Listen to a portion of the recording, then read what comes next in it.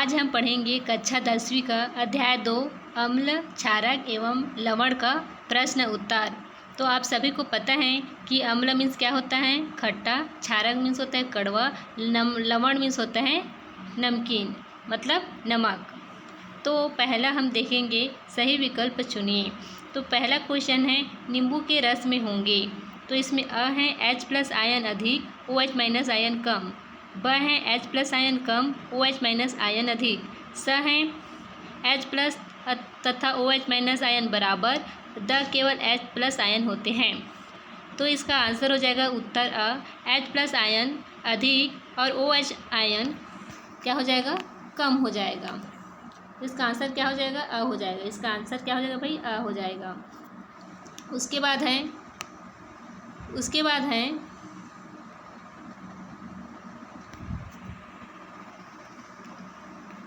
बाद है दूसरा क्वेश्चन। जब अम्ल किसी धातु कार्बोनेट से अभिक्रिया करता है तो बनते हैं अ लवण प्लस जल, ब लवण प्लस जल प्लस कार्बन डाइऑक्साइड, स लवण प्लस सल्फर डाइऑक्साइड, द लवण प्लस हाइड्रोक्लोरिक अम्ल। तो इसका आंसर हो जाएगा उत्तर ब। उत्तर ब क्या हो जाएगा इसका आंसर, लवण जल कार्बन डाइऑक्साइड, इसका आंसर हो जाएगा। उसके बाद है थर्ड, निम्नलिखित में से प्रबल अम्ल नहीं है अ HCl, ब HNO3, स है CH3 COOH, द है H2SO4। तो इसका आंसर हो जाएगा उत्तर स CH3 COOH, जिसे हम क्या कहते हैं, एसिटिक एसिड कहते हैं। ये आपका आंसर हो जाएगा सा। उसके बाद है चौथा आपका क्वेश्चन है उदासीन विलयन का pH मान होता है। तो अ है 1, ब है 0, स है 14, द है 7। तो आपका आंसर हो जाएगा उत्तर द कितना, 7। क्या हो जाएगा, 7। उसके बाद है सकीना के पेट में अम्लता के कारण जलन होने लगी, उसे आवश्यकता है अ प्रबल अम्ल की, ब प्रबल क्षार की, स दुर्बल क्षार की, द दुर्बल अम्ल की। तो इसका आंसर हो जाएगा उत्तर स दुर्बल क्षार की। क्या हो जाएगी भाई इसका आंसर, स दुर्बल क्षार की। दुर्बल क्षार की क्योंकि अम्ल और क्षार जब क्रिया करते हैं आपस में तो क्या करते हैं, वह अभिक्रिया को उदासीन कर देते हैं। इसलिए जब सकीना के पेट में अम्लता के कारण जलन होती है तो हम उसे क्या देंगे, दुर्बल क्षार की चीज़ें देंगे। उसके बाद है हमारा अगला क्वेश्चन है दंत क्षय का कारण है लार का pH। जो हमारा दांत है उसके सड़ने का कारण क्या है। तो इसका आंसर हो जाता है, पहले हम उसके ऑप्शन देखेंगे अ 6.5 हो जाना, ब 7 हो जाना, स 5.5 से कम हो जाना, द 7.5 से अधिक हो जाना। तो इसका आंसर हो जाएगा उत्तर स 5.5 से कम हो जाना। यह आपका आंसर हो जाएगा। उसके बाद है हमारा सातवां क्वेश्चन, किस लवण की प्रकृति अम्लीय होती है अ NaCl की, ब Na2SO4 की, स NH4Cl की, द KNO3 की। तो इसका आंसर हो जाएगा स NH4Cl की। इसका आंसर हो जाएगा स NH4Cl की। उसके बाद हम देखेंगे क्वेश्चन आंसर। प्रश्न 2 है भोज्य पदार्थों में पाए जाने वाले किन्हीं 2 अम्लों के नाम लिखिए।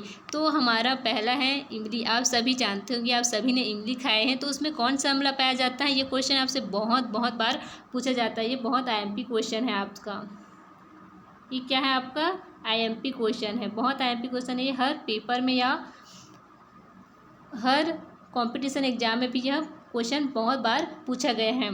तो इमली में कौन सा अम्ल पाया जाता है। तो यह किसमें क्या पाया जाता है, आप में टार्टारिक अम्ल। इमली में क्या पाया जाता है भाई, टार्टारिक अम्ल पाया जाता है। और सिरका में कौन सा अम्ल पाया जाता है, तो एसिटिक अम्ल पाया जाता है। सिरका में कौन सा अम्ल पाया जाता है, एसिटिक अम्ल पाया जाता है।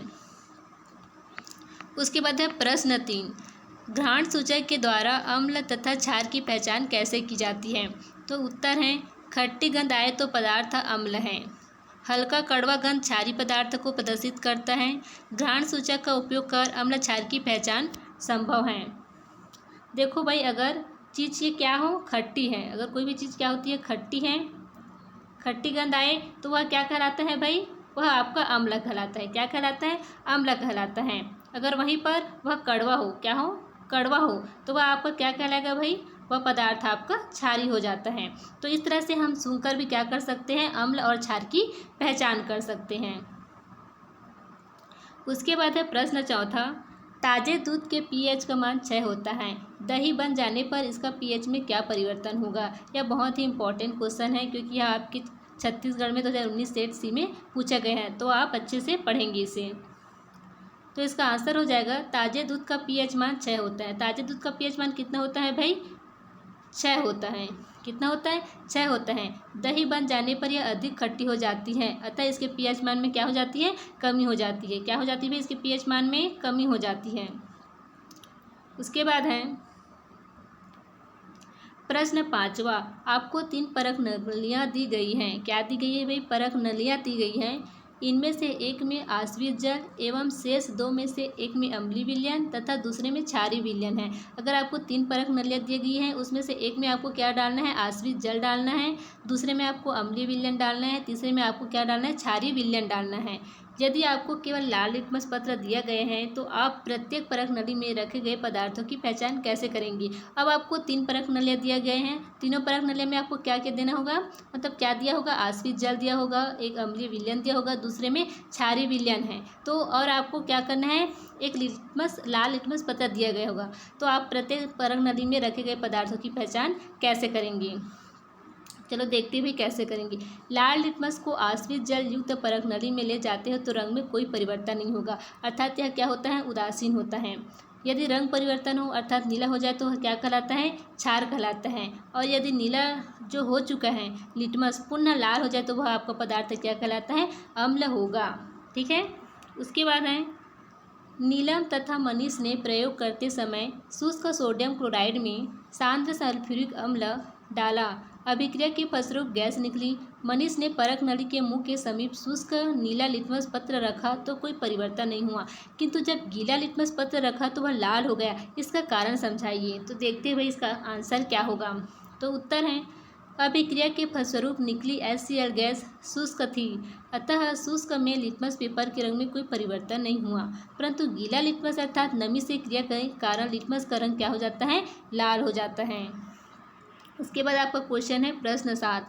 अब प्रश्न 7 में देखेंगे, कुछ पदार्थों के पीएच मान निम्नलिखित हैं, सारणी में दिए गए आंकड़ों का विश्लेषण कर निम्नलिखित प्रश्नों के उत्तर दीजिए। तो किन पदार्थों की प्रकृति क्षारीय है, आपका क्वेश्चन है।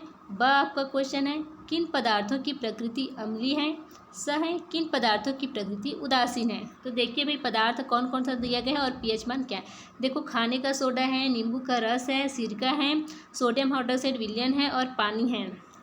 तो हम देखते हैं खाने का सोडा का जो पीएच मान कितना दिया गया है, 8.2 दिया गए हैं।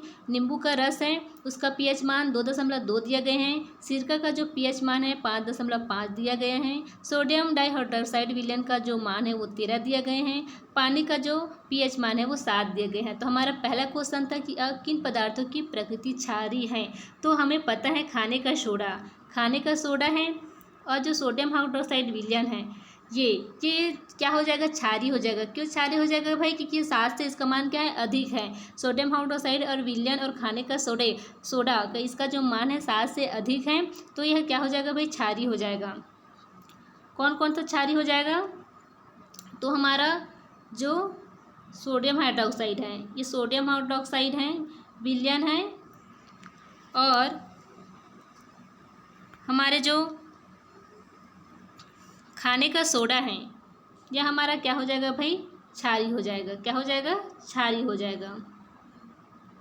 8.2 हो जाएगा, क्षारीय हो जाएगा। उसके बाद है हमारा क्वेश्चन है, किन पदार्थों की प्रकृति अम्लीय है। अम्लीय कौन कौन सा हो जाएगा, पहला नींबू का रस, 2 सिरका।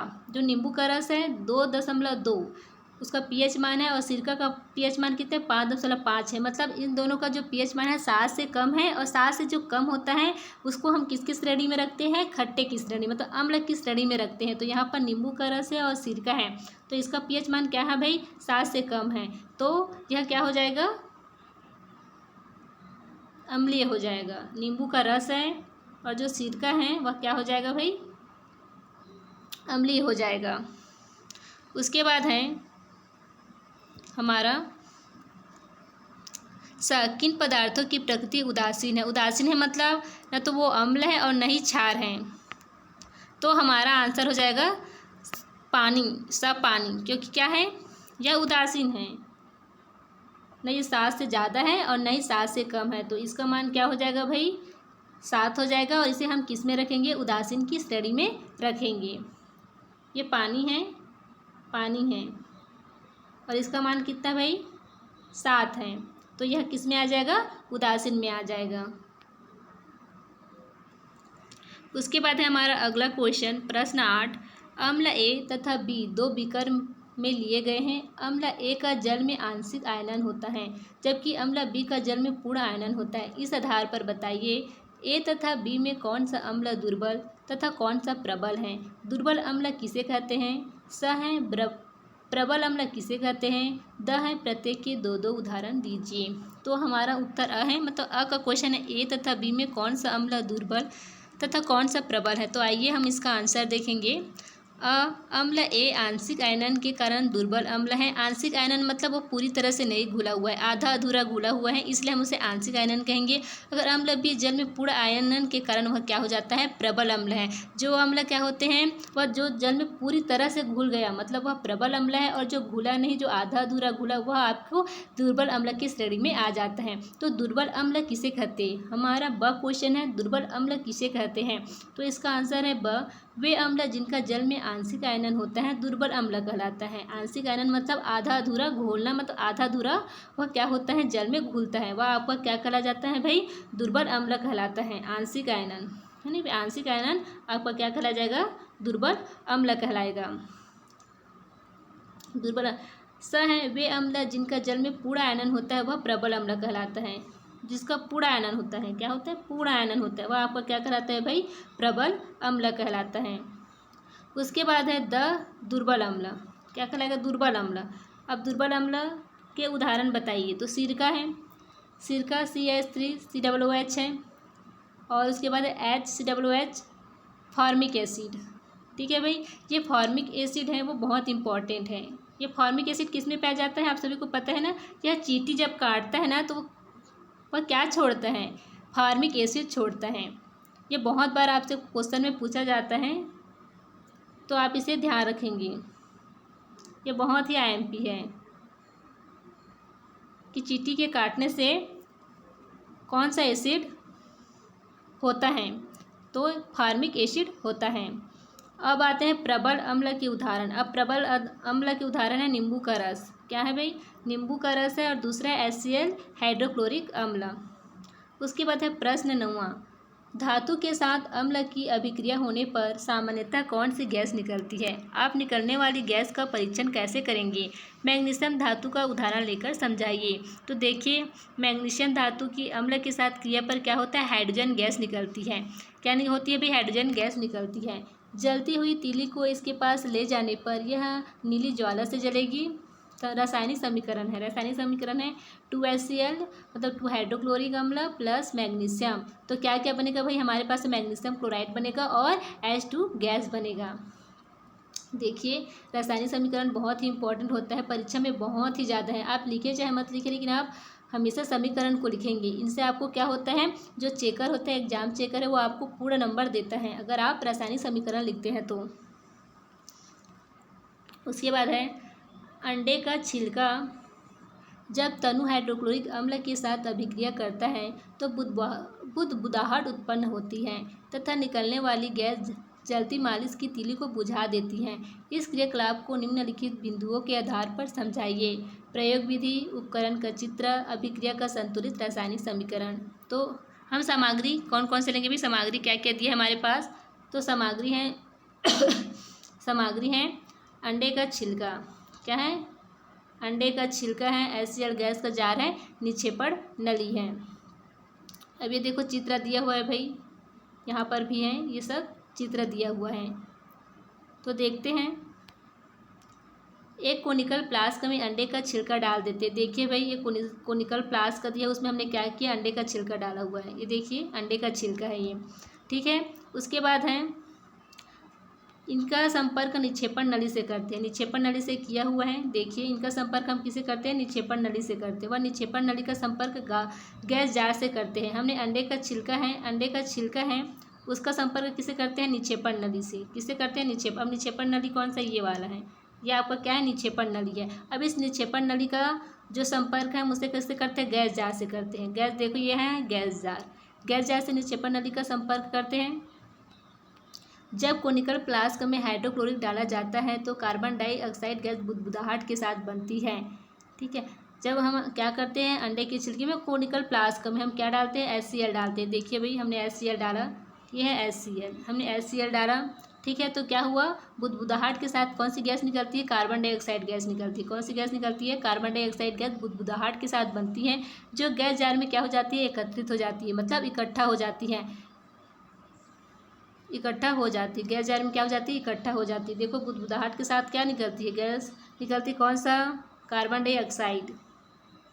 ये सब क्या है, आपका कार्बन डाइऑक्साइड गैस है, ठीक है।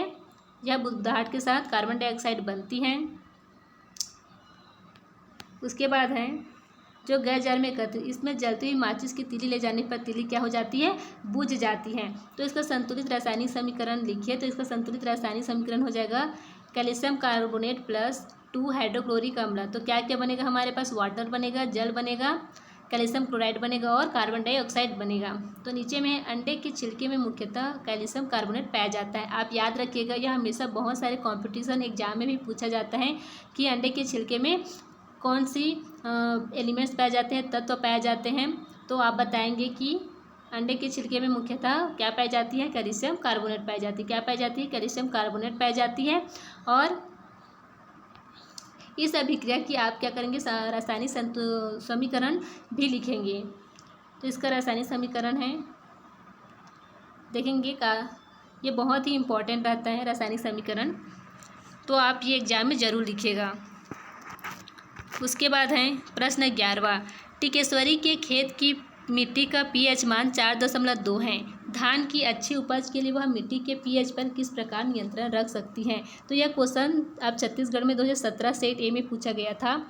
तो उत्तर है pH मान 5 से 8 पाया जाता है। pH मान क्या होता है, 5 से 8 पाया जाता है। मिट्टी का pH इस स्तर से ज़्यादा या कम होने पर फसल का उत्पादन प्रभावित न हो, इसके लिए टिकेश्वरी द्वारा खेतों में खाद या चूना या राख भी डाली जाती है, ताकि जो धान की उपज हो वह बहुत अच्छी हो सके। इसलिए हम क्या करते हैं, देखना अधिकतर खेतों में हमारे जो दादाजी हैं, माँ हैं, पापा हैं, वह खेतों में क्या डालते हैं, खाद डालते हैं, राख डालते हैं, चूना डालते हैं, ताकि धान की अच्छी उपज हो सके। उसके बाद है प्रश्न 12वां, उदासीनीकरण अभिक्रिया किसे कहते हैं। 2 उदाहरण द्वारा समझाइए। तो अम्ल क्षार अभिक्रिया से लवण व जल बनता है, यही उदासीनीकरण अभिक्रिया होती है। अम्ल और क्षार जब आपस में क्रिया करते तो क्या बनता है, लवण और जल बनता है। तो वह क्या हो जाता है, उदासीन हो जाता है ना भाई, हम उसे क्या कहते हैं, उदासीनीकरण कहते हैं। तो देखते हैं उदाहरण क्या क्या है। तो नाइट्रिक अम्ल है, HNO3 है, नाइट्रिक अम्ल है और पोटेशियम हाइड्रोक्साइड है, ठीक है। तो दोनों का जब अभिक्रिया कराते हैं, नाइट्रिक अम्ल और क्षार, पोटेशियम हाइड्रोक्साइड है वह क्या है, आपका क्षार है। तो दोनों मिलकर क्या बनाते हैं भाई, लवण बनाते हैं, पोटेशियम नाइट्रेट बनाते हैं और क्या बनाते हैं, आपका वाटर बनाते हैं। क्या बनाते हैं, वाटर बनाते हैं। ये भी जो रासायनिक समीकरण है बहुत ही इम्पॉर्टेंट है। आप रासायनिक समीकरण को हमेशा लिखिएगा एग्जाम में, बिल्कुल भी भूलिएगा नहीं, क्योंकि रासायनिक समीकरण बहुत ही महत्वपूर्ण होते हैं। This is very very important, ये बहुत ही इम्पॉर्टेंट है आपको लिखना। उसके बाद है हमारा अगला समीकरण NaOH, मतलब जो सोडियम हाइड्रोक्साइड है, क्षार है, और हाइड्रोक्लोरिक जो अम्ल है, जब आपस में क्या करते हैं तो सोडियम क्लोराइड बनाते हैं, मतलब लवण बनाते हैं, और क्या बनाते हैं भाई, H2O मतलब वाटर बनाते हैं। ये भी बहुत ही महत्वपूर्ण है, इम्पॉर्टेंट है। तो हमें पता चल गया कि जब क्षार और अम्ल जब आपस में क्रिया करते हैं तो क्या बनाते हैं, लवण बनाते हैं और जल बनाते हैं। क्या बनाते हैं, लवण बनाते हैं, लवण बनाते हैं भाई, और क्या बनाते हैं, जल बनाते हैं, वाटर बनाते हैं, ठीक है। तो यह क्रिया क्या कहलाएगी आप लोगों की, उदासीनीकरण कहलाएगी। क्या कहलाएगी, उदासीनीकरण कहलाएगी। ये उदासीनीकरण की अभिक्रिया कहलाती है। उसके बाद है समारू ने ताजे दूध में खाने का सोडा मिलाकर उसका पीएच मान 6 से बदलकर 8 कर दिया। इस दूध से दही बनने में अधिक समय लगेगा, क्यों? क्योंकि ये प्रबल क्षारीय होगा, है ना भाई, प्रबल क्षारीय होगा, इसलिए वह क्या होगा, उसको अधिक समय लगेगा।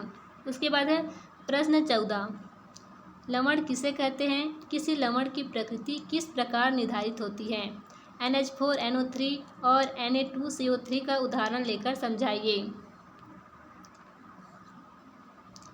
अमोनियम नाइट्रेट और सोडियम कार्बोनेट का उदाहरण लेकर समझाइए।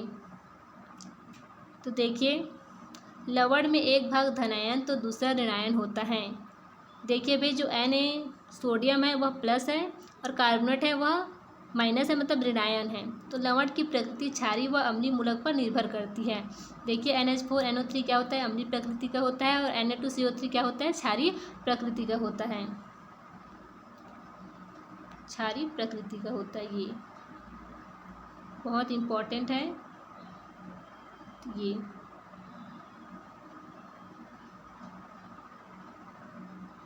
अम्लीय प्रकृति का होता है और ये क्षारीय प्रकृति का होता है।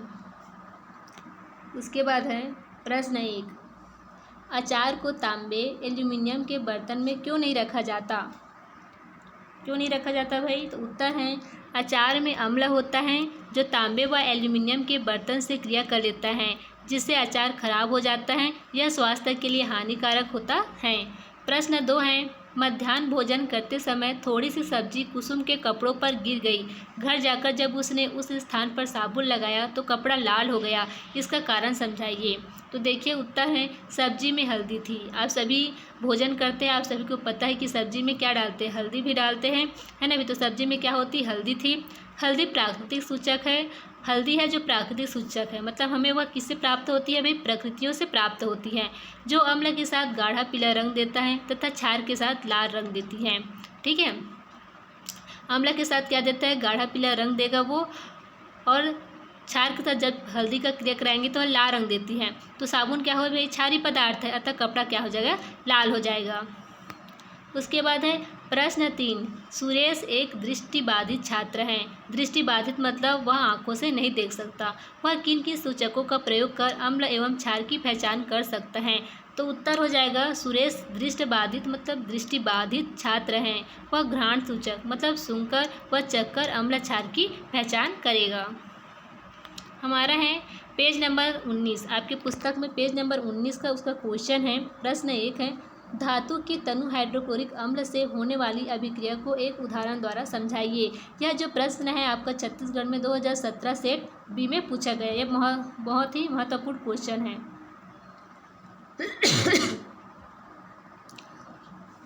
उत्तर है, धातु तनु हाइड्रोक्लोरिक अम्ल से क्रिया कर हाइड्रोजन गैस मुक्त करता है। क्या बनाता है भाई?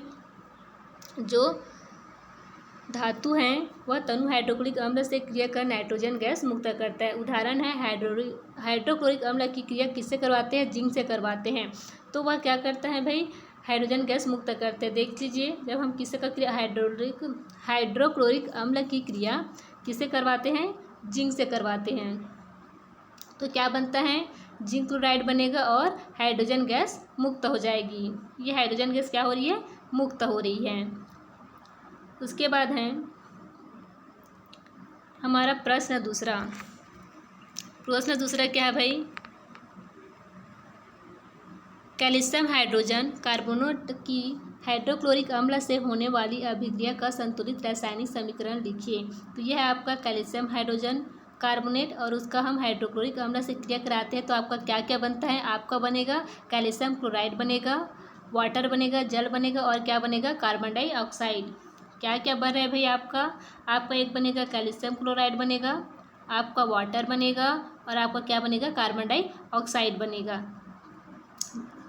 कैल्शियम हाइड्रोजन कार्बोनेट का जब हम हाइड्रोक्लोरिक अम्ल से क्रिया कराते हैं तब हमें क्या प्राप्त होते हैं? कैल्शियम क्लोराइड, जल और कार्बन डाइऑक्साइड गैस प्राप्त होती है। उसके बाद है प्रश्न 3, अधात्विक ऑक्साइड की प्रकृति अम्लीय होती है, उदाहरण दीजिए। देखिए भाई, अधात्विक ऑक्साइड अम्ल क्षार की क्रिया से लवण व जल बनता है। आप सभी को पता है, ये अम्ल और क्षार की जब हम क्रिया करते हैं तो क्या बनता है? लवण बनता है या जल बनता है। उसी प्रकार अधात्विक ऑक्साइड की क्रिया क्षार से कराने पर भी क्या बनेगा, लवण व पानी बनता है। अतः अधात्विक ऑक्साइड की प्रकृति क्या होती है, अम्लीय होती है। इसका आंसर है देखो सल्फर डाइऑक्साइड है और ये क्या है, सोडियम हाइड्रोक्साइड है। इसका दोनों का क्रिया करा रहे हैं तो आपका क्या बन है, सोडियम सल्फेट बन है और वाटर बन है। ये बहुत ही इम्पॉर्टेंट है, आप हमेशा समीकरण को जरूर लिखेंगे। उसके बाद है पेज नंबर 21। पेज नंबर 21 में क्वेश्चन है, प्रश्न 1, निम्नलिखित में से अम्लों को पहचानिए।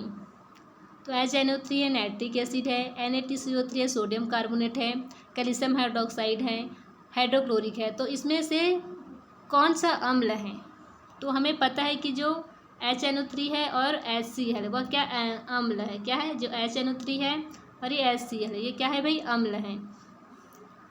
उसके बाद है अगला क्वेश्चन हमारा, प्रश्न 2, सल्फ्यूरिक अम्ल प्रबल अम्ल तथा अमोनियम हाइड्रोक्साइड दुर्बल क्षार है, समझाइए। तो चलिए, सल्फ्यूरिक अम्ल आसानी से पानी के संपर्क में पूर्ण आयनित होकर H+ आयन मुक्त करता है, अतः यह प्रबल अम्ल है। हमने बताया था कि प्रबल अम्ल किसे कहते हैं, जो पूरी तरह से जल में घुल जाता है वह आपका प्रबल अम्ल है। तो देखिए जो सल्फ्यूरिक अम्ल है वह क्या होता है, आसानी से पानी के संपर्क में आने पर पूरी तरह से घुल जाता है, तो वह आपका प्रबल अम्ल कहलाता है। जबकि जो अमोनियम हाइड्रोक्साइड में बहुत कम आयनन OH- होता है, अतः यह क्या हो जाता है, दुर्बल क्षार है। उसके बाद है हमारा अगला क्वेश्चन, प्रश्न 3, जब सोडियम हाइड्रोक्साइड के कुछ टुकड़ों को सूखे लाल लिटमस पेपर पर रखा जाता है तब प्रारंभ में कोई रंग परिवर्तन दिखाई नहीं देता, किंतु कुछ समय पश्चात उसका रंग नीला होने लगता है, कारण समझाइए। तो देखिए भाई इसका आंसर है, सोडियम हाइड्रोक्साइड के कुछ टुकड़ों को सूखे लाल लिटमस पेपर में रखने पर कोई रंग परिवर्तन नहीं होता, क्योंकि सोडियम हाइड्रोक्साइड अनाद्र है, परंतु कुछ समय पश्चात नमी के कारण लिटमस पेपर का रंग नीला हो जाता है। उसके बाद हमारा चौथा क्वेश्चन है, ग्लूकोज और स्टार्च के जलीय विलयन अम्लीय गुण प्रदर्शित नहीं करते, जबकि सल्फ्यूरिक तथा एसिटिक अम्ल करते हैं, क्यों। तो देखिए भाई इसका आंसर क्या हो जाएगा, ग्लूकोज व स्टार्च कार्बनिक यौगिक है जो जल में आयनित नहीं होते हैं। हमें पता है कि जो जल में आयन H+ आयन देते हैं तो वो आपका क्या हो जाता है, अम्ल कहलाते हैं, और OH- देते हैं वह क्षार कहलाते हैं। लेकिन जो ग्लूकोज है वह स्टार्च है, वो कौन सा यौगिक है, कार्बनिक यौगिक है जो जल में आयनित नहीं होते, अतः इनके जलीय विलयन अम्लीय गुण प्रदर्शित नहीं करते। जबकि सल्फ्यूरिक तथा एसिटिक अम्ल करते हैं, क्योंकि ये जल में आसानी से आयनित होकर हमें क्या देते हैं, H+ आयन देते हैं। तो हमें इसका आंसर क्या प्राप्त हुआ, हमें पता है कि जो ग्लूकोज व स्टार्च है वो क्या है, कार्बनिक यौगिक है, क्या कौन सा यौगिक है, कार्बनिक यौगिक है। और जो एसिटिक अम्ल और सल्फ्यूरिक अम्ल है वह क्या है, मतलब जल में H+ आयन देते हैं, तो यह आपका क्या हो जाता है, आयनित हो जाता है, मतलब आपका अम्ल कहलाता है। ठीक है। उसके बाद है पेज नंबर 24 में आपका क्वेश्चन दिया हुआ है, प्रश्न 1, क्या क्षारीय विलयन में H+ आयन उपस्थित होते हैं, अगर हाँ तो यह विलयन क्षारीय क्यों होता है। तो देखिए हाँ, क्षारीय विलयन में H+ आयन उपस्थित होते हैं, परंतु इसकी संख्या OH- आयन की तुलना में कम है, अतः यह विलयन क्या होता है, क्षारीय होता है। उसके बाद है प्रश्न 2, आपके पास दो जलीय विलयन A एवं B हैं। विलयन A का pH मान 6 एवं विलयन B का pH मान 8 है। किस विलयन में हाइड्रोजन आयन की सांद्रता अधिक है, इनमें से कौन सा विलयन अम्लीय तथा कौन सा क्षारीय है। तो देखिए विलयन A जिसका pH मान 6 है वह अम्ल है, क्योंकि उसकी जो मान है वो 7 से कम है, इसमें H+ आयन की सांद्रता अधिक होगी। विलयन B pH मान 8 है वह क्षार है, तो OH- की ज़्यादा होगी है। उसके बाद है आपका प्रश्न 3, जूली ने जब 5 विलयन A, B, C, D व E की सार्वत्रिक सूचक से जांच की तब pH मान क्रमशः 9, 7, 1, 13 एवं 6 प्राप्त हुए। इस आधार पर बताइए कि कौन सा विलयन अ दुर्बल अम्लीय है, ब दुर्बल क्षारीय है, स प्रबल अम्लीय है, द प्रबल क्षारीय है, ई उदासीन है। तो उत्तर अ दुर्बल अम्ल ई विलयन, क्योंकि pH मान उसका कितना है, 6 है। उसके बाद ब दुर्बल क्षारीय A विलयन pH क्या है, 9 है। उसके बाद स प्रबल अम्लीय C विलयन, क्योंकि उसका मान क्या होता है, pH 1 है। द प्रबल क्षारीय D विलयन pH कितना हो जाएगा, 13। ई उदासीन B विलयन कितना, pH मान कितना है, 7। ठीक है। उसके बाद हमारा है चौथा क्वेश्चन, प्रश्न 3 में दिए गए आंकड़ों के आधार पर 5 विलयनों के पीएच मान को हाइड्रोजन आयन सांद्रण के बढ़ते क्रम में लिखिए। तो हाइड्रोजन आयन सांद्रण का विलयनों में बढ़ता क्रम ये दिया हुआ है। डी आएगा पहले, उसके बाद ए आएगा, उसके बाद बी आएगा, उसके बाद ई आएगा, उसके बाद सी आएगा। उसके बाद है पेज नंबर 26। पेज नंबर 26 में है आपका क्वेश्चन है प्रश्न 1, निम्नलिखित लवणों में से अम्लीय तथा क्षारीय मूलक पहचानिए। जैसे कि कौन कौन सा दिए हैं? अमोनियम क्लोराइड, नाइट्रिक एसिड है, पोटेशियम नाइट्राइड है, कार्बोनेट है, अमोनियम कार्बोनेट है और है कॉपर सल्फेट। सबसे है अमोनियम क्लोराइड क्षारीय मूलक NH4+। ठीक है, जो क्षारीय मूलक है वो क्या है आपका NH4+ हो जाएगा और अम्लीय मूलक आपका Cl- है। उसके बाद है KNO3 क्षारीय मूलक, K+ अम्लीय मूलक NO3- हो जाएगा। उसके बाद है NH4 में आपका क्षारीय मूलक NH4+ हो जाएगा, अम्लीय मूलक आपका कार्बोनेट CO3 हो जाएगा। उसके बाद है कॉपर सल्फेट में आपका क्षारीय मूलक कॉपर 2+ हो जाएगा और अम्लीय मूलक सल्फेट हो जाएगा। उसके बाद है प्रश्न 2, पोटेशियम क्लोराइड के जलीय विलयन की प्रकृति क्या होगी? पोटेशियम क्लोराइड के जलीय विलयन की प्रकृति उदासीन होगी। प्रश्न 3, वायुमंडल में कार्बन डाइऑक्साइड, सल्फर डाइऑक्साइड तथा नाइट्रोजन के ऑक्साइड की अधिकता जनजीवन को किस प्रकार प्रभावित करती है? तो देखिए भाई, जब वर्षा के जल का pH मान 5.6 से कम हो जाता है तो उसे अम्ल वर्षा कहते हैं। हम अम्ल वर्षा कब कहेंगे? जब क्या होगा?